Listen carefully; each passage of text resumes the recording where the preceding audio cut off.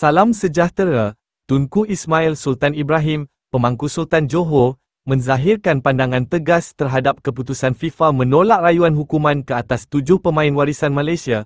Baginda menyifatkan tindakan Badan Induk Bola Sepak Dunia itu sebagai satu salah tafsir terhadap undang-undang yang jelas termaktub dalam peraturan FIFA sendiri.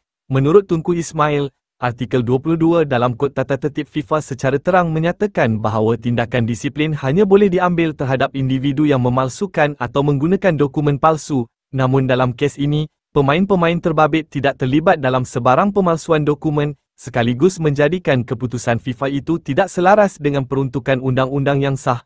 FIFA terus menghukum para pemain dengan tidak menggunakan peruntukan sebenar undang-undang. Sedangkan Artikel 22 dalam Kod FIFA menyatakan bahawa hanya mereka yang memalsukan atau menggunakan dokumen palsu boleh dikenakan tindakan, dan perkara itu langsung tidak terpakai kepada para pemain, titah baginda. Dengan kata lain, hukuman yang dikenakan ini tidak berasaskan undang-undang dan kelihatan lebih bersifat bermotif politik, berbanding sebab yang sebenar.